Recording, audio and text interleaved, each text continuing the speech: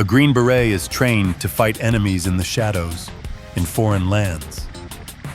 We learn to topple regimes, build armies from scratch, and to win with our minds before we ever need to use a weapon. But the most brutal training in the world can't prepare you for one truth. What happens when the most dangerous enemy is the man you call brother, and the battlefield is the company you built with your own blood and sweat?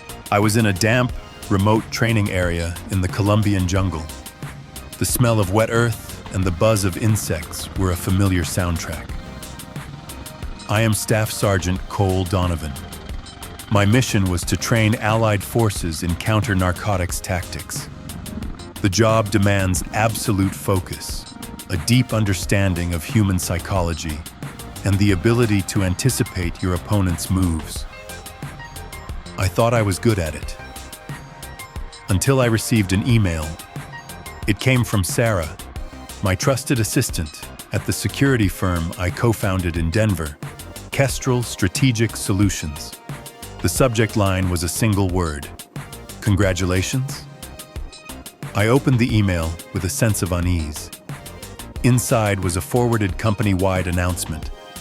The sender was Mark Peterson, my business partner and my best friend, a man I considered a brother. The email announced a spectacularly successful strategic merger with a larger investment group, promising a new era of growth. Mark had named himself CEO of the new entity.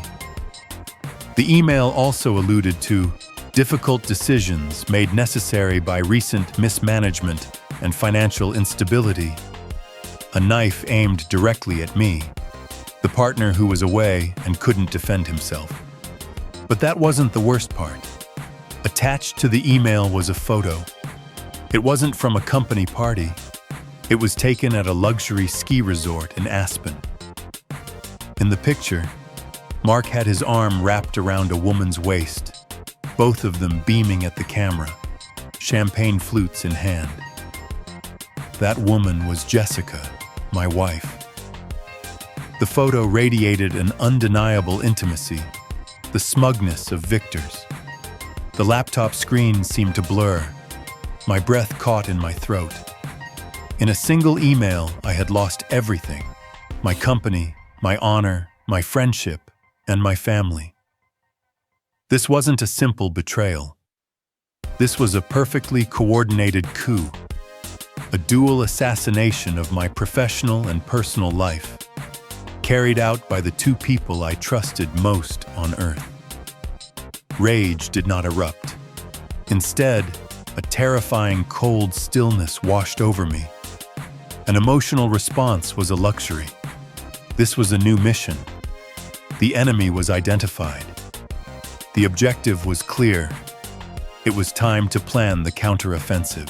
I couldn't just fly home. I was isolated here. But a Green Beret is never truly isolated. Our greatest weapon is our ability to build and leverage networks. From a hut in the middle of the Colombian jungle, I began running my small intelligence network. Sarah, from inside the company, became my source of human intelligence, HUMINT. She secretly copied documents, recorded conversations. David Chen, a retired intelligence analyst I had served with, became my open source intelligence, OSINT, expert, diving deep into corporate records, social media posts, and digital footprints. The picture that emerged was uglier and more brazen than I had imagined. Sarah reported that Mark and Jessica no longer bothered to hide their relationship at the office. They went to lunch together openly, hand in hand. Mark had even called Jessica Kestrel's first lady in a meeting. They were living as a power couple, in the very place Mark and I had built from nothing. David dug deeper. He discovered the affair wasn't new. Company credit card statements, which Mark had been secretly using, showed hotel bills, romantic dinners, and even an expensive Cartier bracelet purchased for Jessica over a year ago, before my current deployment even began. The betrayal had been happening right under my nose, in my own home. for a very long time. And then, the final, brutal proof. Mark had fabricated a trail of emails and transactions to frame me for embezzlement. He hadn't just stolen my company. He had used my own wife as an accomplice to destroy my reputation. The bitterest irony is that I had forged this legal cage myself. When we founded Kestrel, I was still on active duty. It took me months of working with JAG lawyers and filing endless paperwork to get approval from my command. The regulations are brutally clear. No conflicts of interest, no use of military resources, and most importantly, when I am deployed, I must be a completely silent partner. I had signed over all operational authority, all legal power, to Mark. I trusted him not just as a friend, but as the gatekeeper of my military career. Our agreement was built on a dual foundation: brotherhood and the Army's code of ethics. And now, he was using my mandatory absence, a core condition of that agreement, to destroy me. He had turned my own shield into a weapon against me. They had made a fatal mistake. They thought my geographic distance was my weakness. They didn't understand that for a special forces operator, distance is just a tactical variable. They couldn't see me, and that was my greatest advantage. My network discovered Mark was trying to close a massive deal. He desperately needed a large investment and a prestigious partner to make it happen. This was my opening, not for a dramatic show, but for a trap built with the rules of the corporate world. Instead of a fictional billionaire, we took a more sophisticated approach. We created the perfect front. Acheron Capital Partners, a boutique private equity firm with an extremely professional-looking facade, specializing in investing in promising security contractors. We hired a trusted former FBI agent named Peters, a man with an unimpeachable face and negotiating skills, to be our representative. Through a business channel, Acheron Capital expressed interest in Mark's new company. Peters, playing his role, praised Mark's efficient restructuring and bold decision-making. Mark, hungry for validation from the investment world, took the bait immediately. The game began. It wasn't dramatic phone calls, but weeks of emails and formal video meetings. We requested a comprehensive due diligence process. This is a standard procedure in any major deal, and it was the blade of the knife I had prepared. Under my direction from Colombia, Peters began requesting documents. The trap was tightened slowly. Peters played a masterful psychological game. Mark, our board has some concerns about the chatter surrounding Cole's departure, Peters said in a sympathetic tone. For us to present a clean file and get you the highest possible valuation, we need you to provide a complete document set proving the transfer was perfectly legal and that the allegations of his misconduct were well-founded.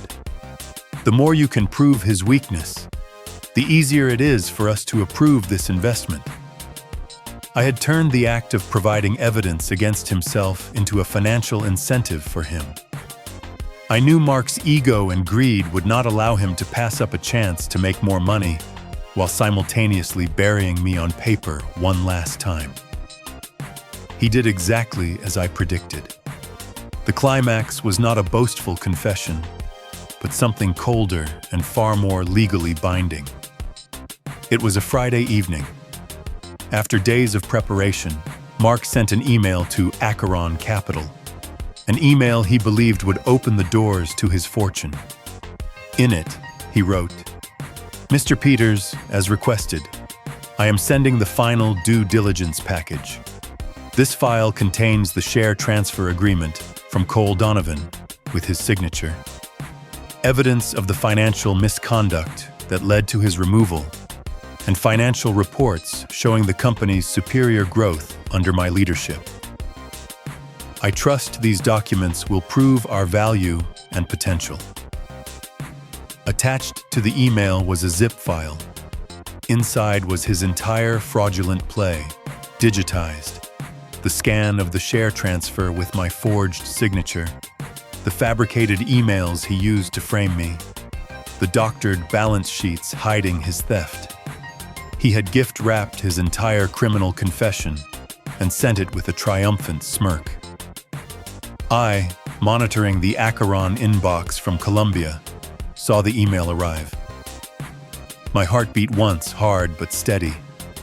The campaign was over. Mark waited. He waited for a reply confirming a multi-million-dollar investment. A few minutes later, a new email arrived in his inbox. But it wasn't from Acheron Capital. The sender was my law firm. The subject line read, "Notice of receipt of evidence in fraud litigation." The body of the email was just a few lines. "Mr. Peterson, we confirm receipt of the document package you just sent.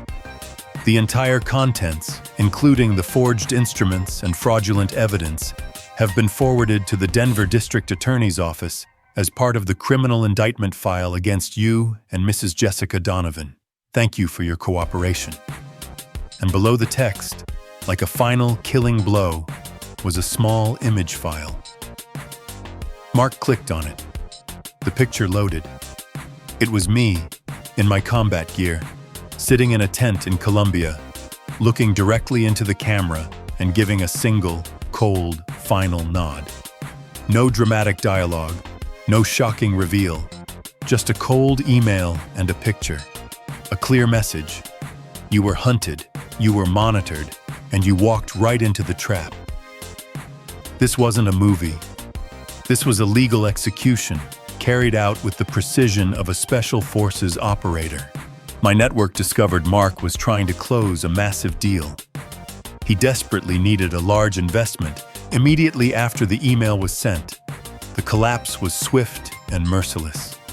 It wasn't a decline, it was a free fall. The multi-million-dollar deal vanished instantly. Clients began canceling their contracts in droves. Arrest warrants were issued for Mark and Jessica on charges of fraud, forgery, and conspiracy. I worked with my lawyer remotely.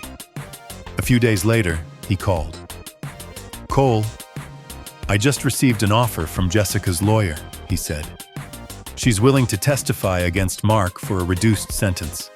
She wants to claim he manipulated her." I laughed, a dry, humorless sound. "Really? After she publicly paraded around with him for a year, vacationed on company money, and nodded along while he slandered me?